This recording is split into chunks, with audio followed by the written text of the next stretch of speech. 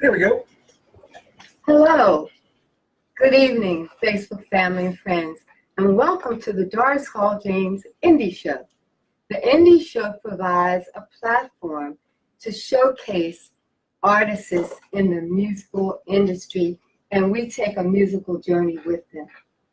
My guest for this evening is the legendary, and when I say legendary, I mean just that, Theodore T. Light. Welcome, T. Well, thank you. How have you been? I've been truly wonderful and amazing. And you look great. And Well, thank you so much. I'm so excited that you're sitting here today in this interview. Well, it's great to be here, and you look marvelous too. Thank you, and thank you for accepting my invite. Oh, listen, I love being invited to things. Yeah, well, you should, because you have a lot of musical history to tell us about, okay? Oh, yeah. And we want to travel with you. Facebook fans, family and friends, we want to travel with you. Okay. And we want to learn everything. So we want you to tell us how and when you got started. Well, come with me in those I'm following you. dueling days. Yes, well, I'm following you, and we're all going to follow you, right? Okay. Okay. Oh, so where do you begin? I don't usually talk about myself, and it's kind of hard to like remember all the nooks and crannies. But I can tell you what, I'll give you a debriefing of where I come from. Okay. Okay. And some of the things I've done in the beginning of my musical career. I was born in Philadelphia, in South Philly actually, and lived there for a short amount of time until I became very ill. And the doctors told my mother, that if she didn't move me to a different climate, that I would probably die. And I almost did die. That's why I had a tracheotomy, the whole 9 yards at Jefferson Hospital. And so she took their advice and she moved me to Miami, Florida. And from Miami, I grew up in Florida, in the earlier part of my life. And I would come back and forth to see my Aunt Nettie. I used to love my Aunt Nettie. She lived at, in those days, 33rd and Diamond. Oh, okay. Wow, okay. The big houses.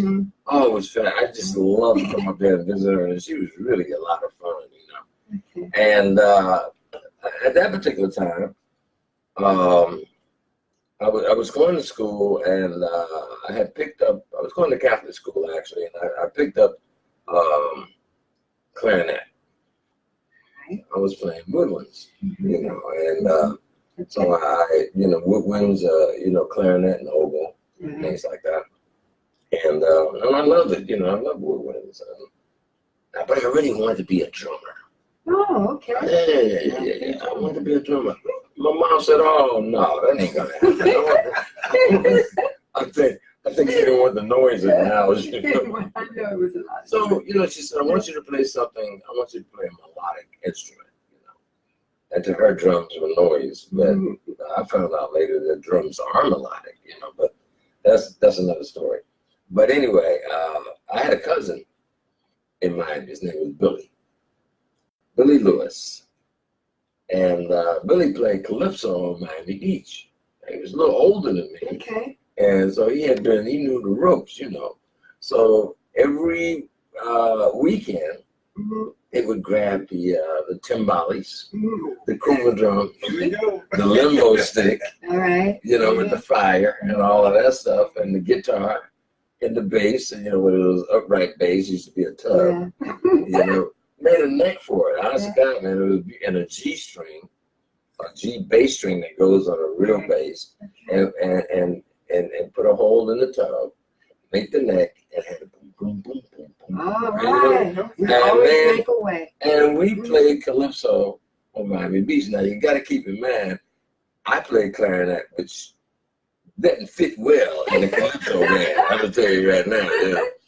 But he said, "Man, I'm going to put you on you play the drums. You play the timbales, man."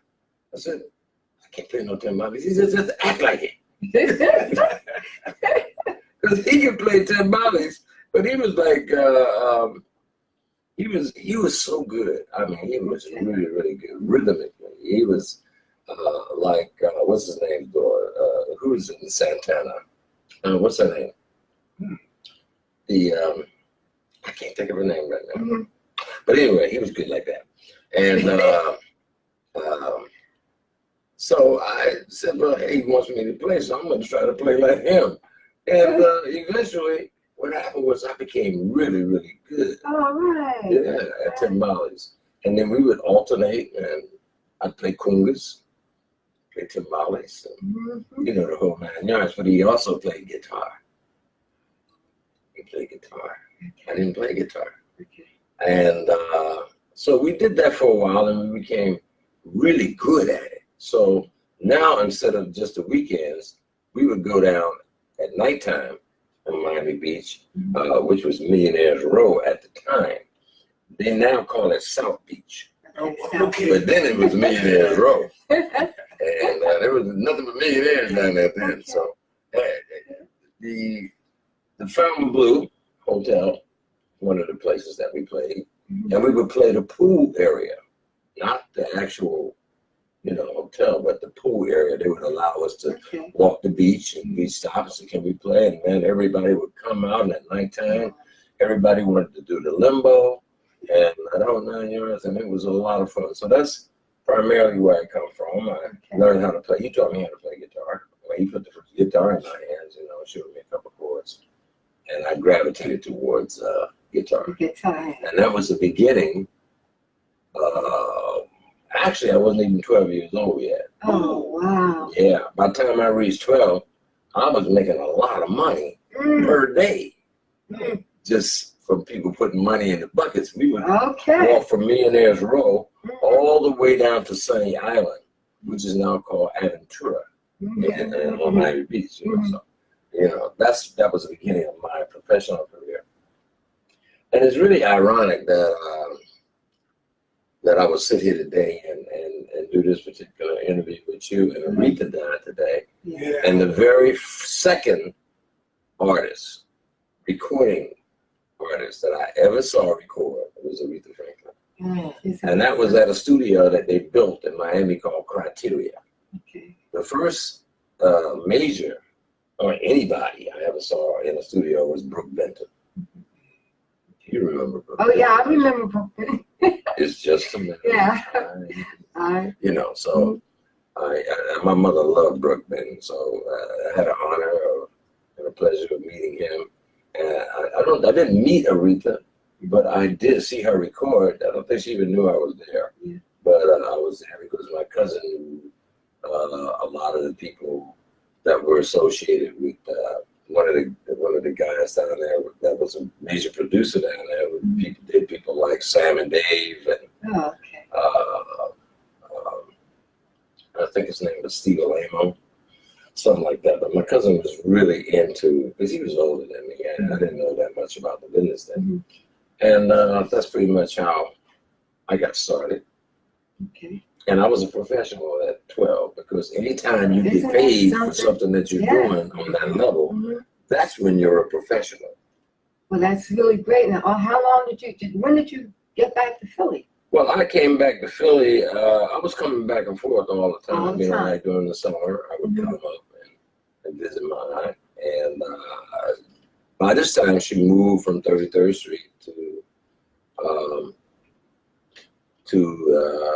East Oak Lane. You know, she moved to East Oak Lane, and it was quite interesting.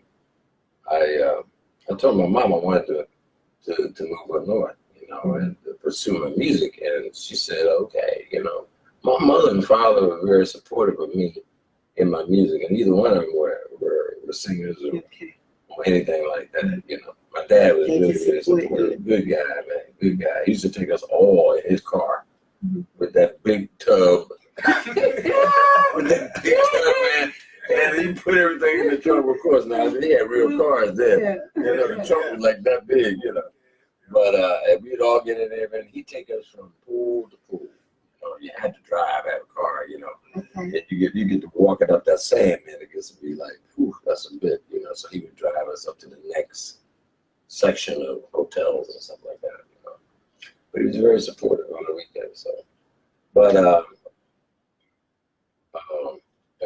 asked my mother to move up to my aunts, and my aunt said, "Cool." And I went to school up here. Okay. And I was about, I would imagine about, I don't know, 13, 14. Yeah, and all that music and Yeah, back all that something like stuff, that. yeah. You know. Okay. So, I mean, I was already doing it down there. But what happened was I got up here and I didn't see anybody to play with. I couldn't find anybody to play with on the level that I was accustomed to at that particular time. Especially at that age. At that age, yeah. yeah.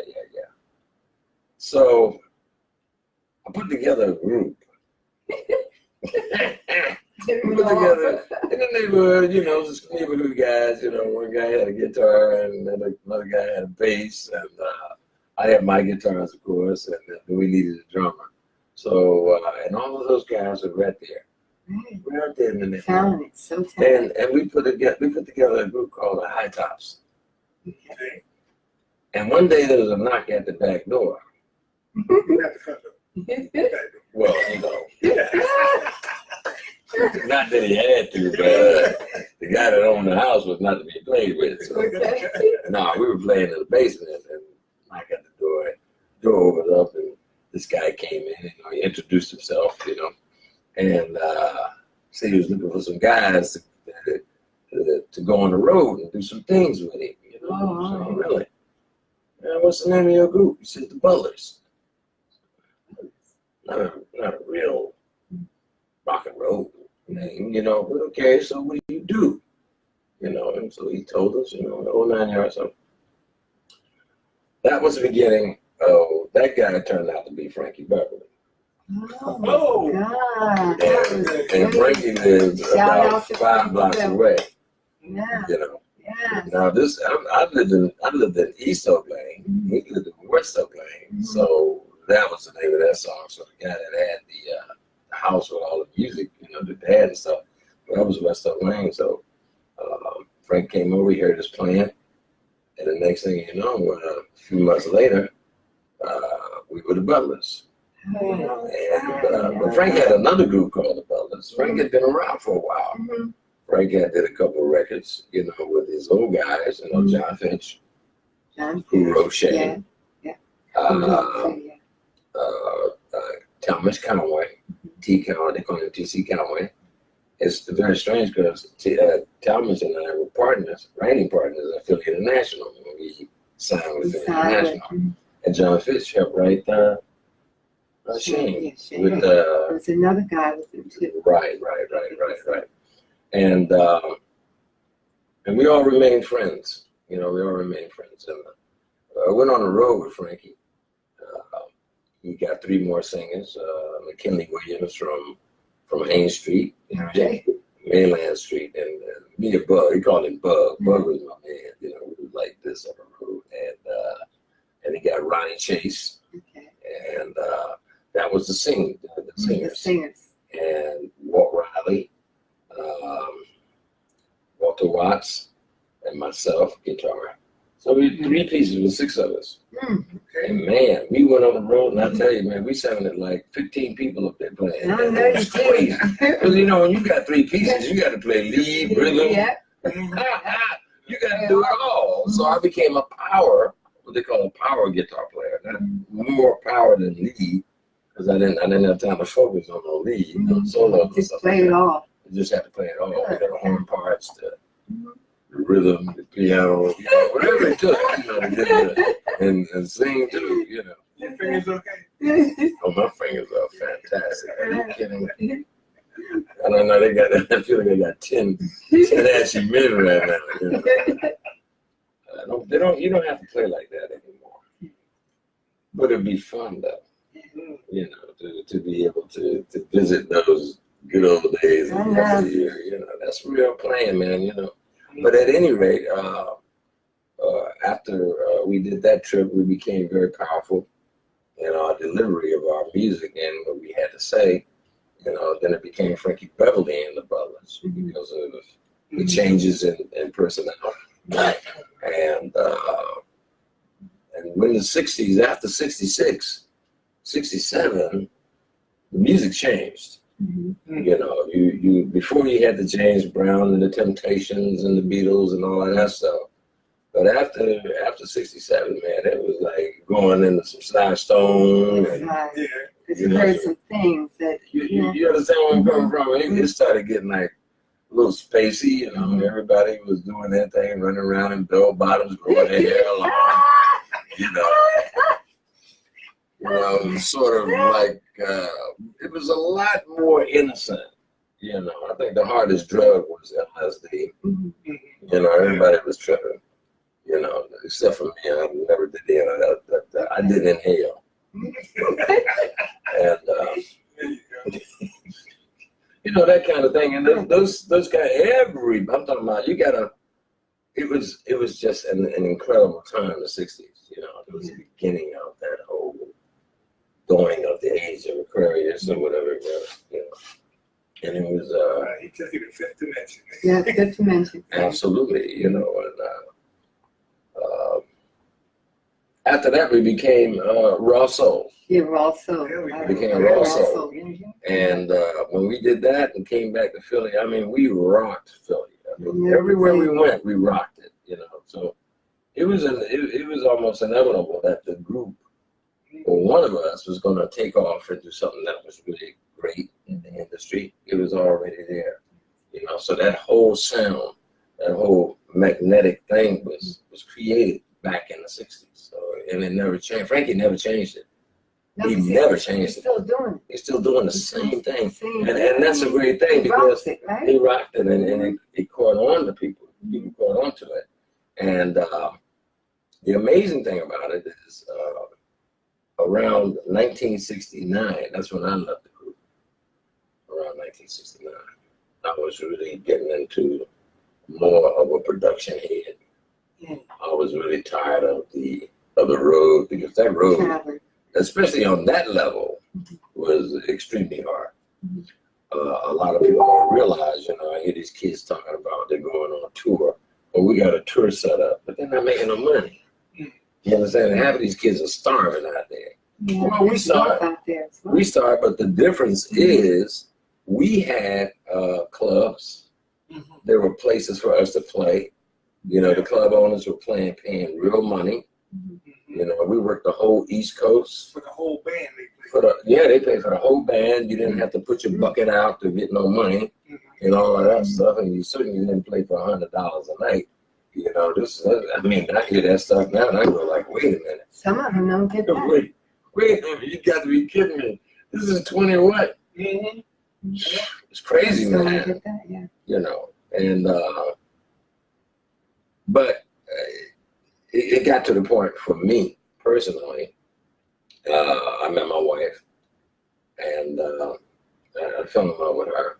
You know, and I decided that I didn't want to do that road thing no more. So the guitar player, I got somebody to replace me with Frankie, and I trained him and everything, so Frankie wouldn't be left holding the bag, nothing else, you know. So didn't lose no money, he didn't lose any gigs, and it went on. And then they went to California, and I formed a group called Spiritual Concept. Yeah, I saw that one too. Is it 4 years? Is it 4? 4 years? Yeah, it was Conway, who was originally with Frankie, played keyboards. He was a singer. So he left and went with you? No, he had already left. Oh, he had already gone. In some strange way, fate of God, or whatever the situation may be, he and I hooked up. He went to Vietnam and then he came back, and that's when we hooked up. Thank God he made it back.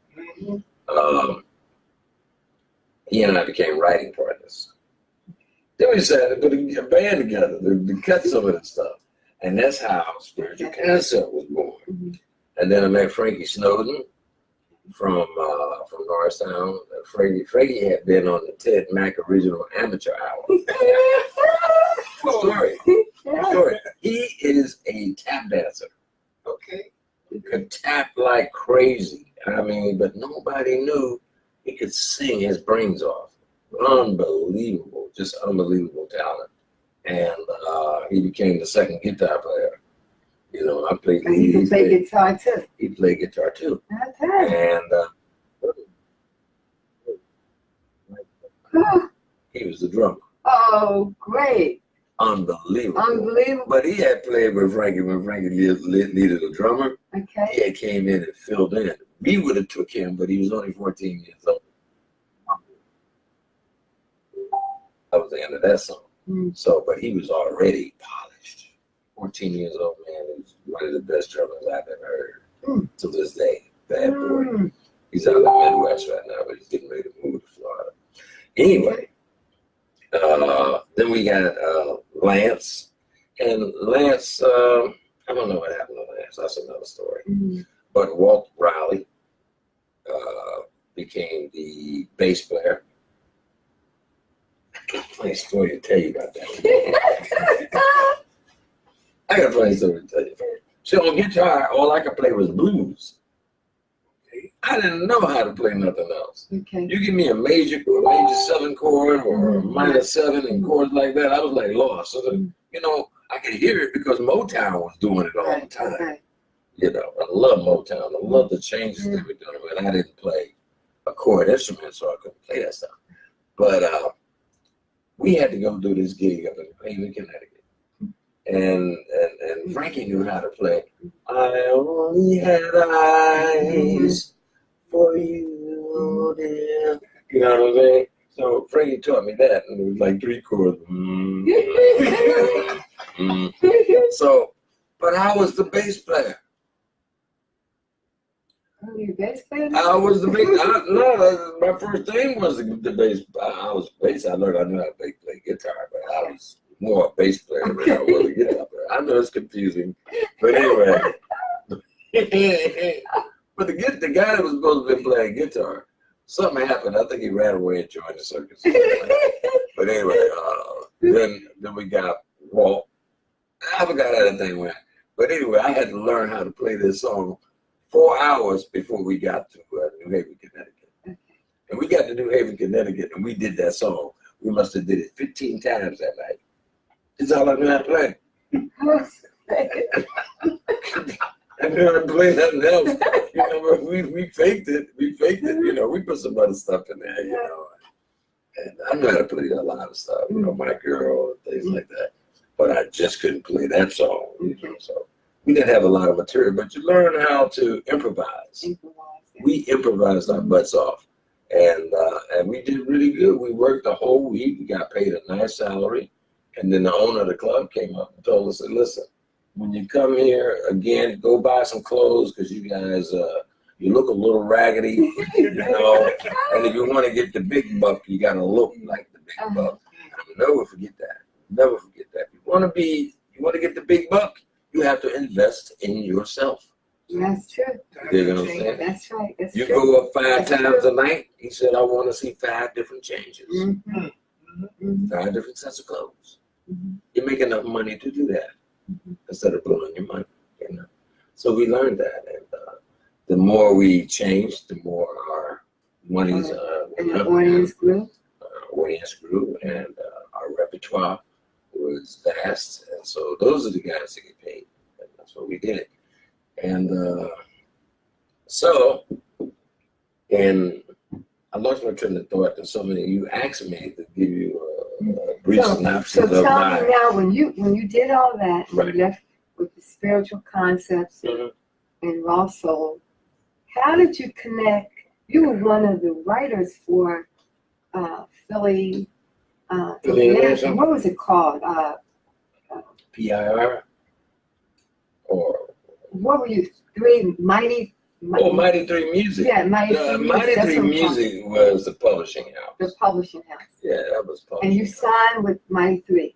I signed with Philly With International. Philly International. Right. Philly International was the catalyst for everything. Okay. Mighty 3 Music was the publishing house. Publishing house. And as a writer, that's what, if you wanted to come in and write songs and be a part of that machine, then that's who handled all of the writers, royalties and all of that thing. But of course now you still had to become a member of BMI, but you were under the umbrella of the PIR and the Philly, you know, like the Mighty 3 Music, you know, which by the way, way, they called it Mighty 3 because it was Gamble, Huff, and Bell. Isn't that A lot of something? people don't talk about Tommy. Yeah. Tommy was very, very powerful. Mm-hmm. You know, good guy too, man. I mean, all those guys are really cool. You know, it was a great experience for me when we put together the spiritual concept thing. We had no idea. But we had no idea. We knew we were good. We knew we were different, and that we had a message. You know, and there was this. We were playing this club in New Jersey. The club was called Dunes Till Dawn. And it was a rock club, and we did nothing but rock and roll. We didn't do no R&B, none of that stuff. If we did My Girl, it'd be like boom, boom, boom, boom, boom. You know what I'm saying? So just to give you a reason. So this girl saw us at this club, Dunes Till Dawn. We start playing you start playing around 11 o'clock at night. And you don't even know when the club is closing. You still playing? Because the curtains were up at the window, so nobody knew it was like 12 o'clock the next day. And they had a bunch of them over in Jersey, and you made a lot of money. So we were doing a lot of those kinds of things, you know, but we couldn't play for the average club in Philly or anything like that, because they wouldn't understand that. That would be like, what? Don't play that. Yo, the only guy that liked us in Philly was Zero. Okay. Now Zero kept us working. We worked for Zero when he had Zeros, and then he had what was that? Yeah, that was a club, right? Yeah. Yeah, I remember. Yeah. Okay, Zeros. but he had another one that was the 30-year-old man. I forgot the other Cyril's name was Cyrano's, was another one. Zeros, I remember the club. He had 3 clubs. He had 3 of them. One down North Philly, and of course, you know, the one on Ogan's Avenue. Then there was another one that he had. But he was the only guy that really worked us, you know, in Philadelphia. Outside of Philadelphia, we worked in New Jersey. You know, we did that for a while, and then we were off to God knows where, Halifax, Nova Scotia. We played a lot of overseas things, and then we did a lot of around the country, you know, and everywhere we went, we were killing them. But anyway, she came up to me and she says, take a minute and say hello to some of the Facebook family and friends that join in. I have Thomas Clark, hello, and Joseph Smith. Thank you, Joseph, and David, Keith, and Kenny Jenkins. Hey, Kenny. Kenneth, Black, Emmanuel, Alice. Hi, Alice. Hey, Sandy, you there again, huh? And over here, can you see over here? can I see over here? Yeah, over there. Can you see? Oh, yeah, I can see a little bit. Okay, say hi to them. Hi, guys. Well, we're And I'm being a little evasive, you know why? Because I can't even see this stuff. Hey, listen, I'm cool. I ain't got no glasses, but I'm cool. Let me see if I can get a little closer. okay. Well, let's see. Oh, I see Emil. Wait a minute. Ronald and Ray and What is it? Shawa. You got a Ray C. Williams. You got a Ronald P. Hello, guys. Hello. Shawa. Watch it, Shawa. Shawa. What's up, Shawa? And Bobby King. That's Bobby my King. friend Shawa. I love her. All right. I raised her. Gerald Sticks. Oh, yeah. It's Oh, nice. Gerald Sticks. What's up, Gerald? All right. And Wardell Hey, Gerald. Ports. And Nathaniel Boykin Whitehead. Ah, Okay. Nathaniel, my friend. Okay. Deborah Clement. And Nick Mundy. Oh, that's the Clement sisters. Okay. Yeah. Oh, I thought some girls can sing, boy. And they got some talented kids too. Who wrote some stuff for Usher. Okay. Oh, Yeah, okay. man. We got some powerhouses out there. Hello. Mr. Nick Mundy, who's done things with Michael Jackson and people like that. Hey, man, I'm going to come and jump in that boat with you, my brother. You know, you got some light preservers and stuff, and an extra boat on the side. You know, You wrote I back just told him yesterday. Okay. He's a great Did we talent. get them all? Well, he got a few more up there. Okay. Let's say hi to all of them. Fred Mills. Hello, Fred. What up, T? He says. What's up, Frederick? He didn't like that name, Frederick. They use Fred. I had a name like Fred. But I don't like Ted. Theodore. Oh, hell no. Don't you never call me that. I mess up my rock and roll image. But okay. Y'all didn't hear that. Oh, this is Let's get back to our interview because it's Okay. still on. But you're listening to T Life on Philly Live Radio. now everybody's gonna write their own book. And you dig what I'm saying? The stuff I'm saying. And then it's gonna be unauthorized. I can tell you that now. I'm not authorized. Let's talk a little bit about the million seller single. Come on. Yeah. Come on, let's talk about it. How did it all begin? Well, it actually began with me being at the right place at the right time. Okay. You know, I do believe that's exactly what it was. And, you know, like getting a hit record is like hitting the lottery. Yeah. You know what I'm saying? I mean, You did. nowadays it's a little bit different. Mhm. Okay, but there's so many variables in getting a hit record. You know, people say, "Oh, that's a hit record." You know, there's a lot of records that you hear on radio, and you hear them all the time. And this is nothing has changed. Nothing has changed in this respect. Mhm. Turntable hits ain't selling no records, Yeah. but they're making performance money. Your performance. They're making performance money because you hear them all the time. Mm. But it doesn't do a great deal for the sales Big sales of record. the actual Yeah. recording itself. You know what I'm saying? But there's a lot of turntable hits too. Shame, and I don't know if it's right, were bona fide records that really sold records. You understand what I'm saying? And it wasn't easy getting it off the ground because it was not expected to do what it was supposed to do. That It was wasn't designed. RCA, wasn't it? It was RCA, yeah. Yeah. It was RCA. Mhm. And, you know, you got to check the track record on RCA. Mm-hmm. You go back and you check the track records on a lot of these companies. When you're talking about 14-year-old kids, Yes, she was 14. and she was 14 when I discovered her. Mm-hmm.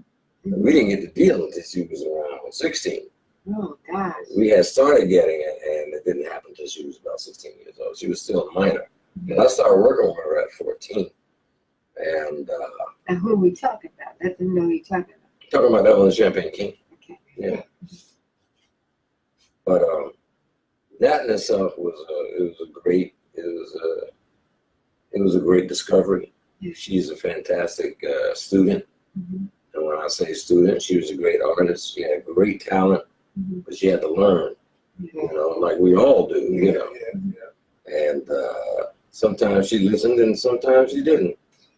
Mm-hmm. And when she didn't listen, I would just run out the door like, I can't take it anymore. I have a headache.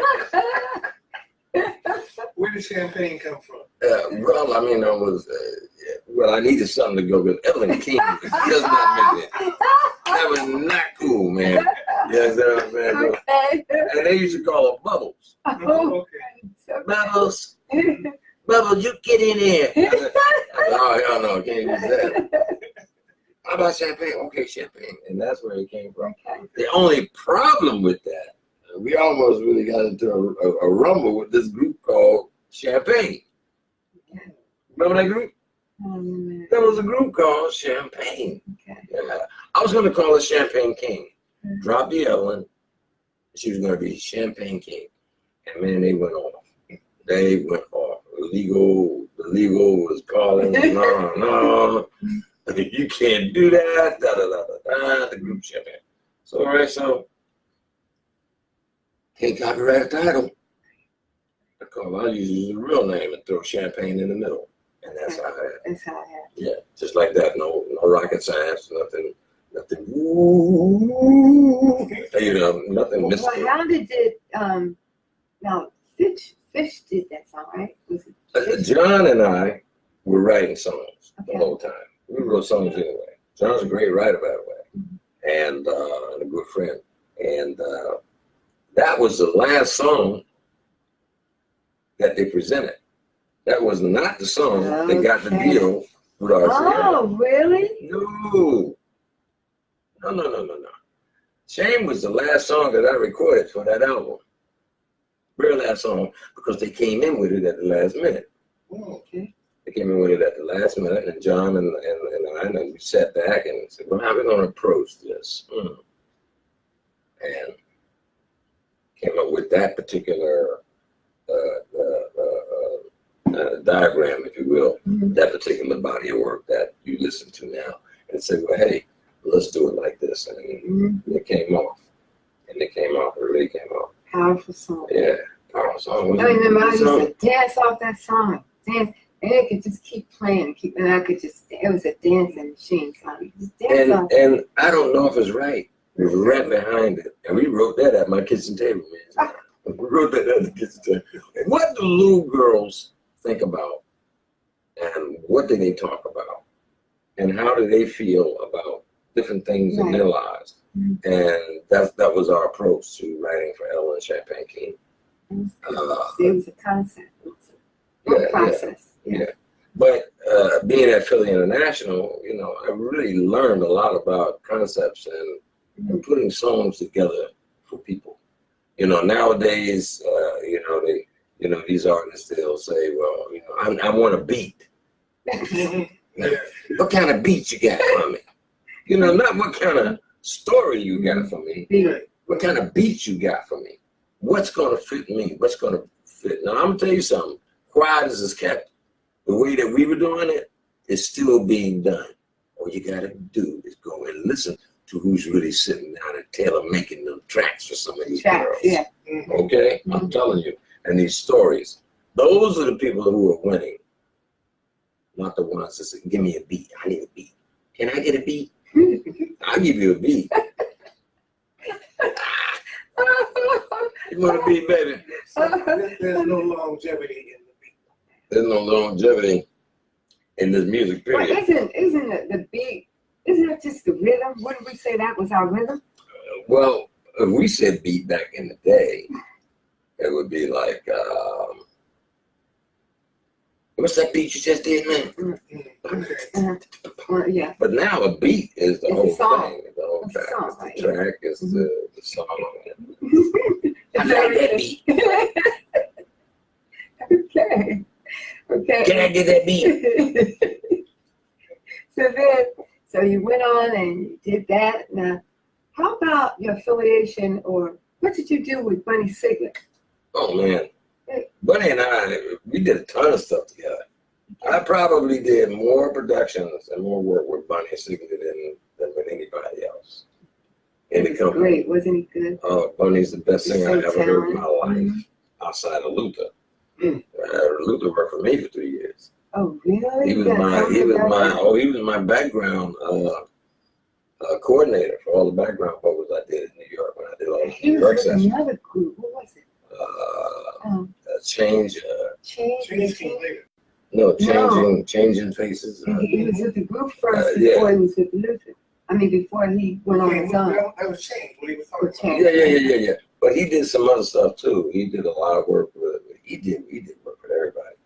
But it was. I love Luther. When I first got to New York, I didn't really know anybody, and I was hooked up with Luther. Luther hooked me up with Gordon Grody, Annie Sutton, Diva Gray, who was signed to Ashford and Simpson, who would sometimes come to the sessions and stuff. Phyllis Feynman, Biggie Sue Robinson. So you had that whole squad of nothing but powerful people.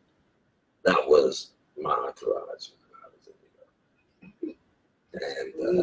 And I cut some very, very, I would call them powerful, but yet historical, classy, a little ahead of his time stuff with him. But you know one thing? When I said, hey, I need you, they were right there. They loved working with me, and I loved working with them. They thought I was crazy. But you know better. Yeah, you weren't crazy. You just had it all together. Thank you. You had it all together. Thank you, Doris. Step by step, you had it all together. You worked with so many artists, and you did good things with them and for them. Yeah, because I love the music, and when you're doing music with that caliber of people, Yes. you want it to be the best body of work that you could possibly do, because what you're doing with them reflects on their That's right. who they That's are. right. You know, and We're in a situation like that, right? So you have to have the best quality work that you can get. absolutely, Yeah. absolutely. So what are you doing? What are you doing now? I mean, what kind of musical endeavors are you involved in now? Me. You? And the reason I say that, because every time I take on a project, Mhm. I put myself into it, Yeah. and I do it wholeheartedly. I don't have to do nothing, you know. And if I see an artist and I think they have some potential, then I'm going to try to do something with that. I don't perform miracles, you know. You can't do that, you know. But I do the best that I can. A lot of it depends on. This business has always been about who you know. Yeah. Make no mistake of taking. Mhm. Half of the stuff you hear out here right now is about who you know. Mhm. It doesn't have nothing to do with talent. Mhm. You know what I'm saying? There's too many people in it. That many people ain't got that kind of talent. I'm going to refund my talent back to God if that's talent. Yeah, I said it. You'll probably get a bunch of letters. That guy says he can refund his. He don't know his blessings. Hallelujah.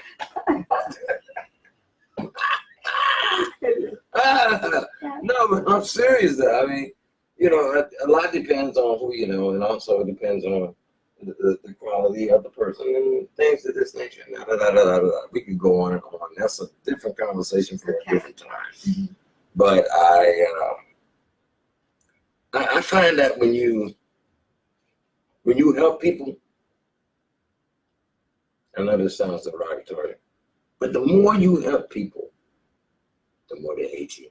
Oh my God, that's the truth. That is the truth. The more you help them. Oh, that The is more they the hate you. truth.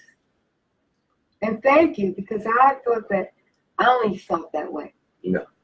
The It's a more I fact. help, the more enemies I get. You know? It's- you- And that's true. people have a sideway opinion of their own beings, of their lives, of who they are. You know what I'm saying? You got to be agreeable in order to help somebody.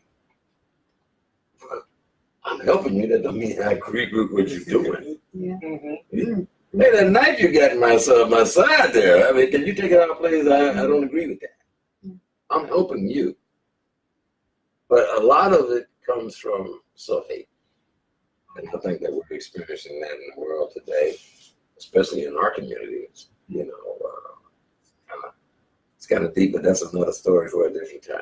Okay. And we're getting close to the end of the interview, but before you go, I need for you to talk to the youngsters or anybody that's trying to get into the music field industry. Could you give them some advice? Get a job. And don't do the beat? Go get a job. You know what I mean? Go get a job. Okay.